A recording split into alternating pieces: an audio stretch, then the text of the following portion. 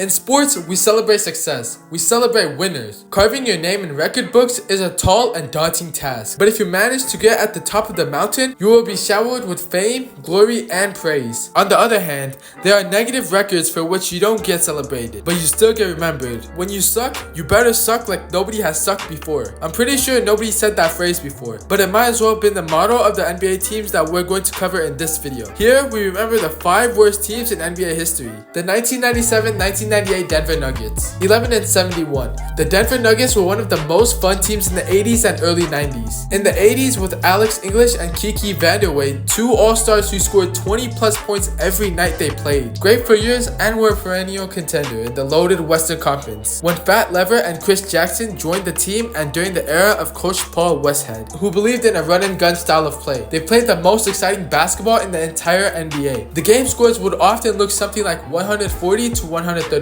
Denver's run and gun maybe didn't produce a championship, but it was a fun and thrilling show for the fans every night. Then in 1991, they drafted one of the best defenders of his generation, Dikembe Mutombo, who was thought to be the franchise player until retirement. However, after several playoff appearances and early exits, Mutombo bolted Denver for Atlanta, and the Nuggets lost their main star. Also prior to the 1997-1998 season, Chris Jackson, now Mahmoud Abdul-Rauf, left the team, and so did Antonio McDyess, and several other key pieces from those playoff teams. Along with Mutombo, what was left was a group of young players who would struggle to win against some better college teams. They tied the NBA's all-time worst single-season losing streak at 23, and they were 28th and 29th in offense and defense out of 30 teams in the league. After 40 games, the Nuggets had a 2-38 record, and they finished the season with 11 wins and 71 losses, nearly escaping the worst team of all time. That at the time still belonged to the number 2 team on this list, the 1992-1993 Dallas Mavericks, 11-71. There are a couple of different routes to have a historically bad season. GM Sam Hinkie and the 76ers popularized tanking in recent years, named it the process. Be really awful for a few years, have high draft picks, and end up with franchise players was Hinkie's tactic. While Hinkie's Sixers were bad deliberately, the 1992-1993 Dallas Mavericks were just out of luck. Their 11-71 record was a result of circumstance and an array of injuries to main players. The 1992-1993 Mavs played without Roy Tarpley, a talented center who averaged 20 points per game before he got suspended 3 years for cocaine abuse, which was a fairly common occurrence in the late 80s and early 90s. Then they lost their starting point guard Fat Lever due to a knee injury. A promising rookie Jim Jackson was also not playing due to a contract dispute with the team, and what was left was not enough to put up a winning basketball squad. For a long time, it looked like they would be the worst team ever, but they managed to win their last 2 games of the season to improve to 11-71. If anyone can call that improvement, next year it was almost equally as bad, as they won only 2 games more, and that's why early 90s Mavericks are one of the worst teams ever. The 2015-2016 Philadelphia 76ers, 10-72. In the 2012 NBA playoffs, the Philadelphia 76ers played Game 7 in conference semifinals against the Celtics and were on the cusp to challenge LeBron and the Heat in the next round. However, the Celtics advanced, and the Sixers brass decided that the group had reached its peak and that they needed to switch things up. Fan favorite Andre Iguodala went to Denver, and Philadelphia got Andrew Bynum in a 3-team deal with the Lakers. Bynum was considered the second best center in the league at the time behind Dwight Howard. Unfortunately, injuries kept Bynum sidelined for the whole 2012-2013 season, and the man who was supposed to be the next franchise cornerstone never played a minute in a Sixers uniform. That season, the Sixers were still good enough to compete and finish with a 34-48 record, good for a 9th spot in the East. Being 9th in the conference is the worst position you want to be in as a franchise, because you neither play the playoffs nor do you get high draft picks the next year. So Sam Hinkie, general manager of the Sixers, who we mentioned earlier, decided to take the somewhat radical approach, and he traded whatever was left from the 2011-2012 playoff team and turned those players into draft picks, a lot of draft picks. Kiki was deliberately making the team worse in order to get top draft choices. He wasn't doing anything revolutionary, and the word tanking has been around way before Sam Hinkie, but the way he was doing it was something we haven't seen before. Hinkie's tanking was so blatantly obvious, and he wasn't even hiding the fact that their goal for the season was to be as bad as possible to get the reward in the form of a high draft pick. Then some hiccups happened along the way, and life threw a curveball at Sam Hinkie. His franchise player Joel Embiid, 3rd pick in the 2014 draft, was injured for 2 seasons straight, and in his absence, the Sixers were absolutely abysmal. While Hinkie didn't necessarily necessarily intend to tank for so long. He didn't want to patch the team up for some quick fixes until Embiid recovered. Hinkie didn't want to be mediocre by any means. He was either going to be great or catastrophic. He realized that being 9th in the East wasn't serving the team's goals. He decided to take in more draft picks and tank some more. After winning 18 and 19 games in prior seasons, Hinkie's tanking took on a life of its own. In 2015 and 2016, and the often mentioned word, process, became the slogan of the whole team. Trust the process was the buzz phrase around the team, and the fans embraced it as well. Showing up with trust the process and in Hinkie we trust signs at the game. People wanted their team to be good enough, though the final year of the tanking was especially painful. After 2 years of being bad, fans wanted to see some results, and in turn they got some more tanking. That 2015-26 team combined some draft misses, Okafor and Noel, along with unproven rotation players. They were young and they were bad, and they didn't even want to be good. The 76ers started the season 0-18, which was an NBA record of 28 losses in a row when they combined with the 10 straight losses from the end of the previous season. They had 3 more losing streaks that year where they lost 12 or more games in a row, so the 10-72 record is not surprising. The team ranked last offensively and was 26th out of 30th defensively. Nobody wanted to see them play, but in all fairness, Hinkie's plan worked. They finally got the #1 pick, which turned out to be Ben Simmons. The process was flawed, it was arduous, and not overly pleasant if you're a Sixers fan or if you just happened to watch the Sixers game during that stretch, but the process paid off. Kind of. Due to injuries to Ben Simmons, Markelle Fultz, another first pick, and Embiid, the process lasted much longer than it was supposed to, and Philly hasn't won a title yet, and that title could come soon enough. The 1972-1973 Philadelphia 76ers, 9-73. The 76ers have another team in the top 5, and it was the 1972-1973 Sixers team that held the worst NBA team title for a long time. If you know something about sports in Philadelphia, you probably know that Philly is a proud sports town with integrity. If you're a pro athlete there, you must know that the crowd will be on your side and cheer for you like crazy, and they will also boo you when they feel you deserve some heckling. If you're the 2017 Philadelphia Eagles, you will forever have admiration in the city for winning in the Super Bowl against Brady. The same goes for Dr. J, Moses Malone, and the 1983 Fofofo 76ers, who were the last ones to win a Larry O'Brien trophy to the city of brotherly love. However, some 10 years before the legendary 83 team, there was the 73 team, also legendary, but in the wrong way. The 1972-73 76ers had an overall record of 9 wins and 73 losses, which makes them the second worst team of all time. To start things off, they hired a coach from an ad in Philadelphia's daily newspaper. We imagine that the ad went, not a joke. Would you like to be a coach of an NBA team? Roy Rubin, a small college coach at the time, answered the ad and got the job and the $300,000 salary that came with it. Not bad for a newspaper ad gig. The coach had very little influence over players, and it was a tragedy from the start. Philly lost its first 15 games, and 38 of its first 41 the players gave up on the team, and all the Sixers started playing for themselves without any team basketball in mind. I wouldn't wish a full season like that on my worst enemy, said Mel Counts, member of the 72-73 76ers. The whole season is thoroughly described in the book by popular author and former coach. So if you want to learn more about this team and how it got to the point of abysmal, read his book Perfectly Awful. The Philadelphia 76ers horrendous and hilarious 1972-1973 season. This team held a negative record for almost 40 years. When the team from the top of our list managed to lower the bar even more, the 2011-2012 Charlotte Bobcats. 7-59. Michael Jordan is considered by many as the GOAT, the greatest player of all time. However, when it comes to owning a team, Michael is far from the top. Actually, his Bobcats now, the Horn achieved positive records only 2 times since he took over the team in 2010 with 2 early playoff exits. The best version of the Bobcats/Hornets have been mediocre. Most of them were bad, and the 2011-2012 iteration has been the worst. Literally. Jordan made some very questionable decisions while being the president of the Washington Wizards, most notably by drafting Kwame Brown with the first pick back in 2001. Kwame was one of the worst top choices in history, and both he and Jordan were ridiculed. When he became the majority owner of the Charlotte Bobcats in 2010, he vowed to make a contender out of them. What he managed to do is for the Cats to be in contention for the top draft picks by being in the lottery almost every year. 2 years prior to the 2011-2012 season, the Bobcats made the playoffs, and that entire starting 5 was gone in 2 years. He wanted to get better to the draft, so he gave the keys to a young Kemba Walker. While very few expected this team to be any good, nobody could predict that they would be historically bad. The Bobcats won only 7 games in the 2011-2012 NBA season and gave a new definition to the phrase sucking at basketball. It was a shortened season, so the final number in the loss column was 59 with a record of 7-59. They produced the lowest winning percentage ever, .106. The 1972-73 Sixers at .109 winning percentage. Jordan's team was awful across the board and ranked dead last in all major stats. They were worst in the league in both offense and defense, which combined for -4 net rating. In next year's draft, Jordan and the company had the vision to draft Anthony Davis with the #1 pick, but they didn't have the luck in the lottery and picked Michael Kidd-Gilchrist. They picked him at number 2, a man who still has to learn how to shoot the basketball properly. And they could have selected the likes of Bradley Beal, Damian Lillard, or Andre Drummond. It just shows that being good at basketball doesn't make you a great executive. We hope Jordan has learned to trust people around him more and that now the Hornets will be competitive again, because Jordan still is one of the most competitive people on the planet. We know he's dying inside when his team ends up in the lottery year after year. For Mike's health, we hope the Hornets improve. If you enjoyed this video, be sure to like the video. Also check out this video on NBA players making the dumbest spendings in NBA history. Subscribe if you're new, and I'll see you guys next time.